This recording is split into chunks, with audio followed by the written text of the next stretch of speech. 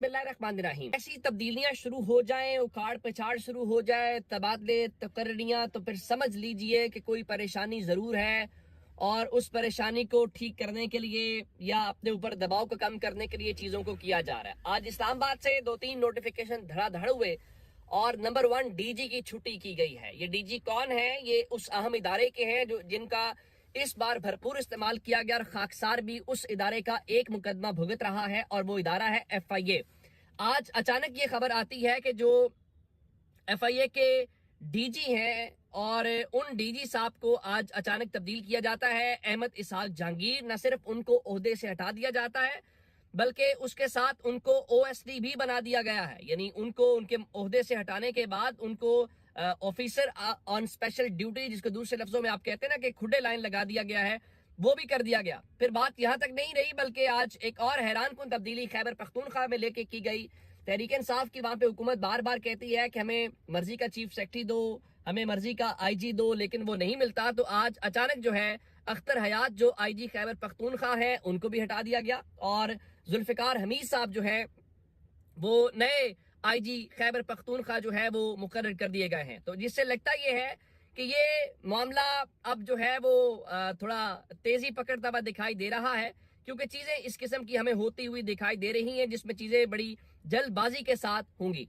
और उसकी वजह क्या है? उसकी वजह यह है कि अब खैबर पख्तूनख्वा के IG को क्यों तब्दील किया गया है। आप जानते हैं कि पाकिस्तान तहरीक इंसाफ कह रही है कि हम मोटरवेज बंद कर देंगे, हम GT रोड बंद कर देंगे, हम रास्तों को बंद कर देंगे। और वहां पे तहरीक इंसाफ ने क्या किया कि उन्होंने उतारा है जुनैद अकबर साहब को। FIA को क्यों किया गया आप जानते हैं, क्या बताया जा रहा जी? मलिक रियाज के हवाले से नैब, FIA, ये सारे मुतहरिक होंगे, इंटरपोल से किया जाएगा और शायद FIA अभी पूरा क्रैकडाउन नहीं कर पाई, आवाजें बंद नहीं करवा पाई, तो शायद इसलिए हटा दिया गया है। और फिर आप कहां तक करेंगे? पंजाब में आपने पहले किया, चले तहरीक इंसाफ ने जैसा भी 1 साल में मैनेज किया, लेकिन अब चीजें वहां पे खासी तब्दील हो रही हैं और इमरान खान ने वहां जुनैद अकबर को और यहाँ आलिया हमजा साहिबा को लाए हैं। तो इसके अंदर एक चीज हमने ये देखी कि मैंने आपको बताया था कि तहरीक इंसाफ 8 फरवरी को एक जो पावर शो है वो करना चाहती है और उनकी पावर शो की पहली कोशिश ये है कि मीनारे पाकिस्तान के ऊपर किया जाए। मीनारे पाकिस्तान के ऊपर वो लास्ट ईयर भी जलसा करना चाहते थे, लेकिन उनको फिर रिंग रोड के करीब ले जाया गया और वहां पे जो सूरत हाल थी वो भी हम सबके सामने है। लेकिन अब से थोड़ी देर पहले आलिया हमजा साहिबा जो है वो खुद DC ऑफिस पहुंची और उन्होंने वहां पे दरखास्त जमा कराई है और उन्होंने कहा जी हम मीनारे पाकिस्तान के ऊपर जलसा करना चाहते हैं, हमें इजाजत दी जाए। और उन्होंने फिर टॉक भी किया, वो कह रहे हैं भाई हमें इस वक्त लूला लंगड़ा किस्म का NOC नहीं चाहिए होगा और जलसे का कोई टाइम नहीं होता। तो लगता यह है कि इमरान खान ने जो नए खिलाड़ी मैदान में उतारे हैं वो भरपूर रेजिस्ट कर रहे हैं और उसके असरात हमें आने वाले दिनों के अंदर दिखाई देंगे। तो 8 फरवरी को अब इसका मतलब है कि मीनारे पाकिस्तान जलसे की तैयारी कर लें। मेरा ख्याल ये है कि जिस तरह तहरीक इंसाफ कह रही है कि हमें अगर इजाजत ना मिली तो हम यौम शाह मनाएंगे, एहतजाज करेंगे, इंतजामिया उनको इजाजत नहीं देगी, क्योंकि DC या कमिश्नर गवर्नमेंट के ऑफिसर्स होते हैं, उन्हें अपनी गवर्नमेंट की नौकरियां ज्यादा जरूरी या प्यारी होती हैं कि बजाय इसके कि वो किसी और चक्कर के अंदर पड़े। लेकिन अब एक रास्ता उनके पास है कि अगर उन्हें यहां से इजाजत नहीं मिलती तो वो फिर लाहौर हाई कोर्ट चले जाएंगे और अदालत के महाज के ऊपर। और अदालत के अंदर क्या कुछ हो रहा है, जरा आप हैरान कुन खबरें सुनेंगे जो पाकिस्तान के अंदर इस वक्त करने की कोशिश की जा रही है। फौजी अदालतों वाला मामला बाद में बताता हूं। एक मामला इमरान खान की, आप जानते हैं कि 190 मिलियन पाउंड रेफरेंस में जो उनको सजा सुनाई गई है उसमें उन्होंने अपील दायर की थी और उस अपील में बड़े वैलिड किस्म के निकात उठाए गए थे और फिर उस अपील को लेके उसके ऊपर बताया गया है कि रजिस्ट्रार ऑफिस ने इतराजात आयद करके उन दरखास्तों को वापस कर दिया है।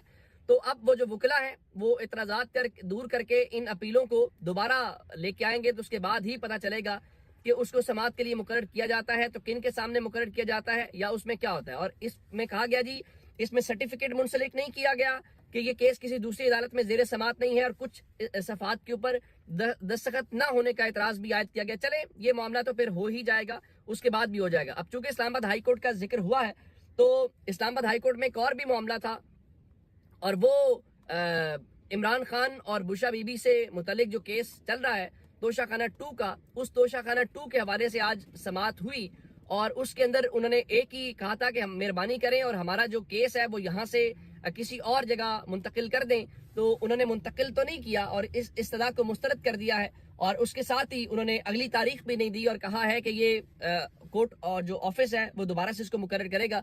तो दूसरे लफ्जों में उसको गैर मुअय्यना मुद्दत के लिए मुलतवी कर दिया गया है या एडजर्न कर दिया गया है।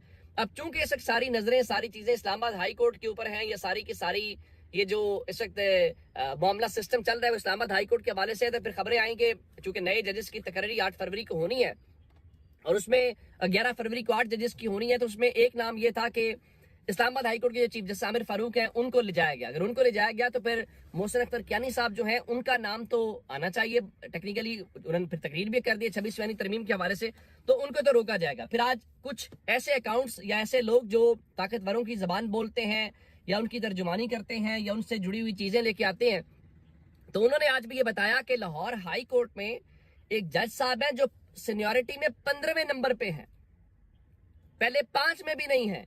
तो इत्तलात ये है जिनका नाम है जस्टिस सरफराज डोगर साहब, बताया गया जी उनको इस्लामाबाद हाई कोर्ट ट्रांसफर किया जा रहा है, उनको इस्लामाबाद हाई कोर्ट का जज लगाया जाएगा और उसके बाद जो है उनके मुमकिन तबादले के बाद वो इस्लामाबाद हाई कोर्ट में सीनियर तरीन जज होंगे।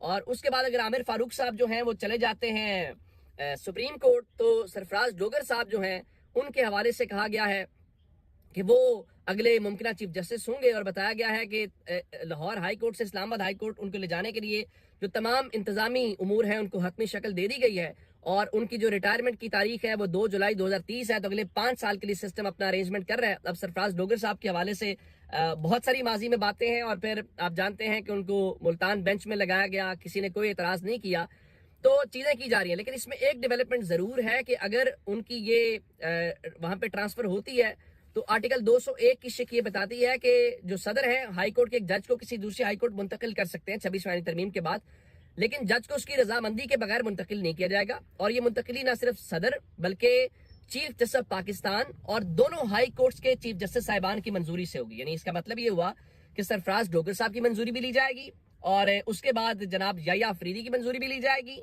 और आमिर फारूक साहब की मंजूरी भी ली जाएगी और उसके साथ जनाब आलिया नीलम साहिबा की। तो ये सब मिलके अगर इसके ऊपर होंगे तो फिर सिस्टम को क्या उसमें प्रॉब्लम हो सकती है? मेरे ख्याल से उनको कोई प्रॉब्लम नहीं होनी चाहिए।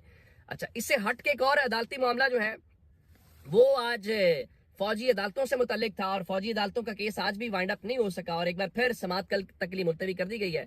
तो मंदोखेल साहब ने कहा जी ना मुझे किसी पे शक है ना एतराज है, लेकिन सवाल ये है कि जो मिलिट्री कोर्ट्स में ट्रायल करने वाले जजेस हैं या मिलिट्री ट्रायल करने वाले लोग हैं वो कौन हैं।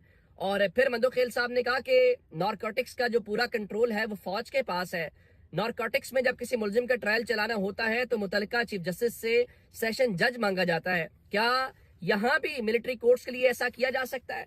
यानी आप अदालत से कोई जज मंगाएं। लेकिन आज जस्टिस हसन नजर रिजवी साहब के रिमार्क्स क्या थे, जैसे मुसरत हिलाली साहब ने थोड़ी देर पहले कहा था कि उनको कोर कमांडर हाउस का सुन के उनके दिल के हवाले से, तो आज हसन नजर रिजवी साहब कहने लगे कि 9 मई के वाकयात के मुलजिमान ने जो कारनामे सर अंजाम दिए हैं वो अवाम में बेनकाब होने चाहिए ताकि अवाम उन मुलजिमान की जो है वो मजम्मत कर सके। लेकिन वकील खोसा साहब भाई खड़े हुए, उनका अगर ये मिलिट्री ट्रायल इतना ही अच्छा है तो फिर सारे मुकदमात उन्हीं को